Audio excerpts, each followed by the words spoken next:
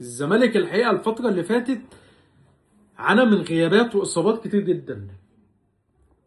عبد الله السعيد، عمر جابر، فتوح، حتى ادم كاد الماتش اللي فات، محمد صبحي، باون اوشن جوه كمان اتصاب، احمد ربيع.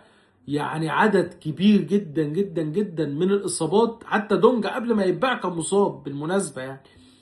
عدد كبير جدا من الاصابات اللي اتعرض ليه نادي الزمالك. خليك معايا بقى في الفيديو ده مهم جدا، هتسمع شويه معلومات مهمه قوي قوي قوي. الزمالك اتمرن امبارح الاثنين، كان في تمرين للعيبه اللي ما سافرتش، كان في راحه للاساسيين اللي كانوا موجودين في ماتش زيسكو، كان في لعيبه موجوده هنا بقى في القاهره اصلا ما سافرتش. الزمالك عمل لهم تدريب امبارح في استاد الكليه الحربيه. كابتن معتمد جمال هو اللي كان موجود وخاض وقاد التدريبات مع الفريق بشكل طبيعي. موقف اللعيبه المصابه ايه؟ ناس كتير جدا بتسال. بص، احمد فتوح مش جاهز بنسبة 100% لحد دلوقتي. عمر جابر طلب من الجهاز الفني، قال لهم انا عايز ابقى موجود مع الزمالك وابقى موجود في ماتش سموحة اللي جاي بنتائج.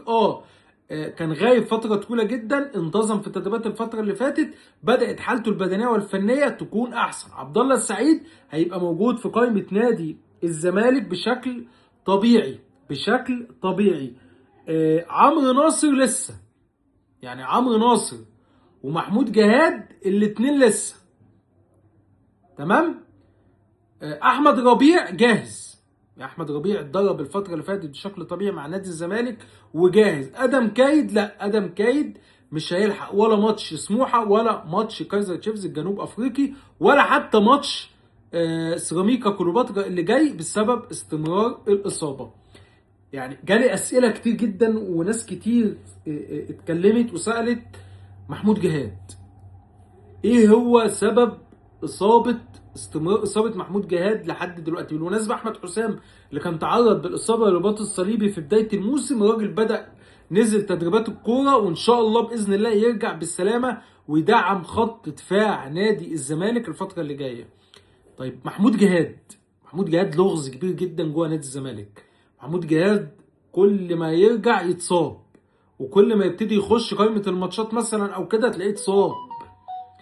وبدأ الكلام هو محمود جهاد طب ايه؟ طيب يا جدعان، هو محمود جهاد عنده اصابه مزمنه؟ ولقيت فتره من الفترات الناس بتتكلم يقول لك اصله معمول له سحر، واصل مش عارف ايه، كلام كتير قوي.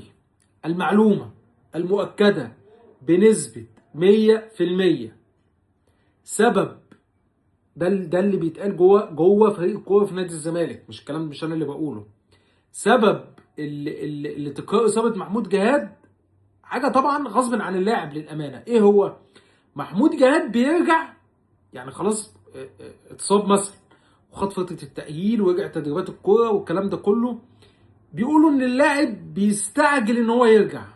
طيب يعني المفروض تستنى بقى شويه كمان وبعد كده ترجع؟ لا، هو اللعيب بيبقى مستعجل ان هو يرجع. الحقيقه انا يعني ما اقدرش الوم جهاد، ليه؟ الراجل معذور في الكلام ده.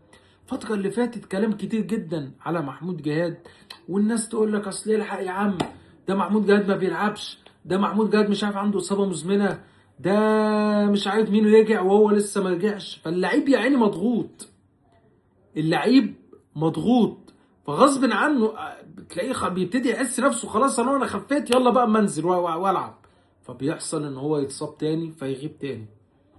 لكن المرة ده السبب الحقيقي اللي انا بقوله لك بنسبة 100%، وانا ما اقدرش الومه. يعني اللعيب غصب عنه بيبقى عايز يلعب ونفسه يلعب، عايز يقول للناس كلها انا موجود، انا مش مصاب، انا جاهز، انا عايز العب، انا عايز انزل، انا عايز ابقى موجود في التشكيل الاساسي. المرة دي ان شاء الله ان شاء الله ما يتكررش تاني. اللي الجهاز الطبي اللي موجود جوه نادي الزمالك دايما لما اللعيب بيتصاب، الدكتور الاسباني اللي موجود الجديد بيبقى بيحط فتره اطول من اللعيب المفروض. يعني مثلا لو اللعيب الاصابه دي تاخد اسبوعين، تلاقيه حط 3 4 اسابيع. بيحط ماكسيمم اطول شويه. يعني لو ماكسيمم اسبوعين هو يقول لك لا 3 اسابيع. بيبقى عايز مطمن ان اللعيب يبقى جاهز بنسبه 100% وما تتجددش الاصابه ليه، وما تتجددش الاصابه ليه. فده اللي عايزين يعملوه دلوقتي مع محمود جهاد، ان اللعيب يتاكدوا ويطمنوا بنسبه مليون في الميه ان محمود جهاد يبقى سليم. الزمالك محتاج محمود جهاد، محتاجه جدا جدا من هنا لحد بكره الصبح. طبعا وحيد دونجا، سيف فاروق جعفر مش موجود. مشكله سيف فاروق جعفر اللي عملها ماتش المصري في كاس عاصمه مصر الجوله الاخيره، اللي ما رضيش يلعب، قال لهم اصل انا مش عارف مصاب ولا مجهد ولا ايه، فتعاقب اللعيب بعدها وما لعبش. وحيد دونجا، انت عايز جهاد، انت عايز احمد ربيع.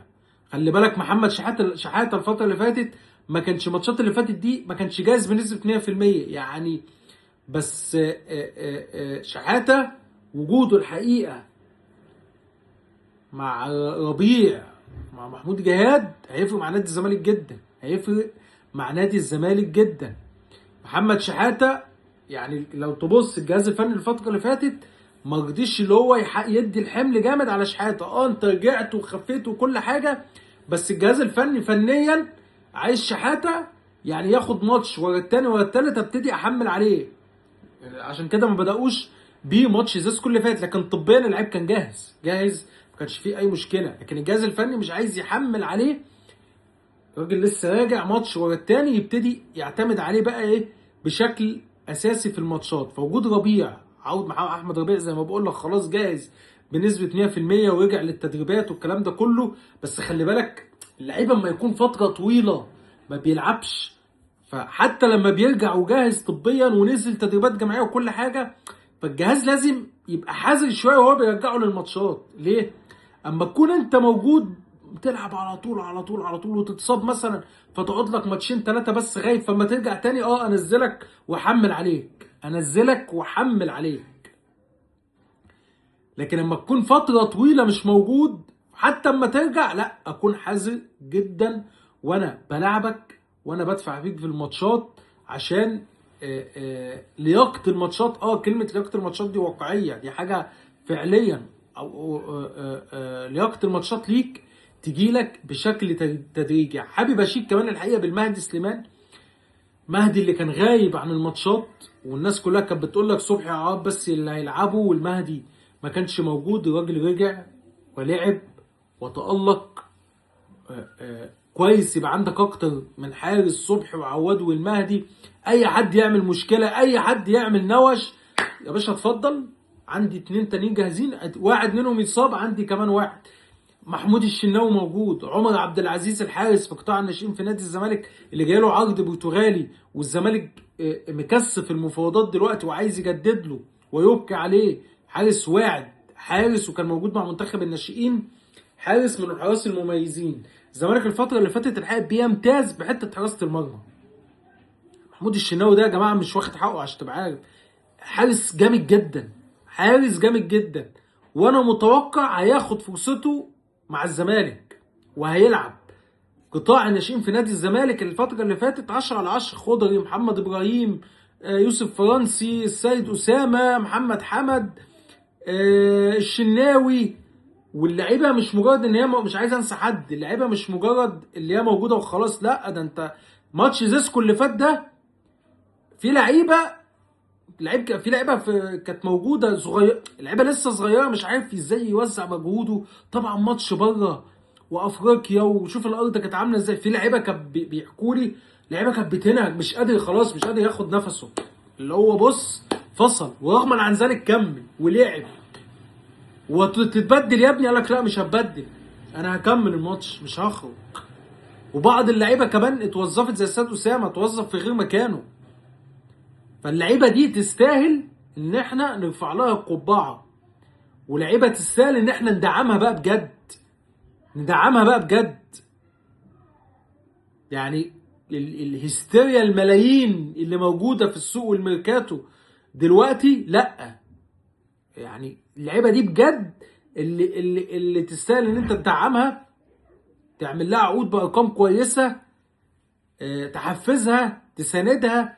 لقيت ناس ماتش زيسكو الزمالك خسر بتقطع في مين يا عم الحاج؟ يا عم اشكر اللعيبه، يا عم اشكر اللعيبه، اشكر اللعيبه ودعمهم وساندهم.